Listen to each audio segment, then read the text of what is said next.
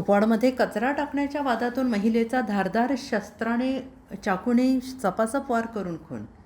पतीवर हातोड्याने हल्ला, गंभीर जखमी. घरासमोर कचरा टाकल्याच्या कारणावरून झालेल्या वादाचे पर्यावसन महिलेच्या खुनात झाले. महिलेवर चाकूने वार करून तिचा खून करण्यात आलाय, तर तिच्या पतीच्या डोक्यात हातोडा मारून त्यांना गंभीर जखमी करण्यात आले. आणि ही धक्कादायक घटना आज सकाळी विघ्नहर्ता शांती कॉलनी येथे घडली आहे. या घटनेत मनीषा मोहन केसरेकर वयवर्ष 35 यांचा मृत्यू झाला आहे. त्यांचे पती मोहन नागापा केसरेकर वयवर्ष 45 गंभीर जखमी झाले आहेत. या प्रकरणी फरीद अब्दुल शेख वयवर्ष 52 याच्या विरोधात कुपवाड औद्योगिक पोलीस ठाण्यात गुन्हा दाखल करण्यात आला आहे.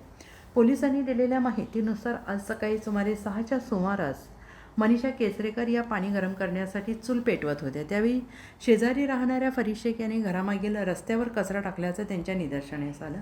त्यावरून मनीषा यांनी शेख याला कचरा टाकण्याबाबत जाब विचारला. त्यातून दोघांमध्ये वाद झाला.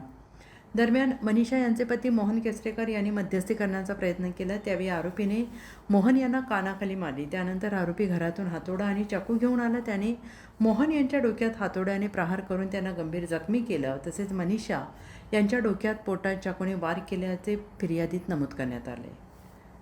Bureau report, SBN Marathi, Kupwad.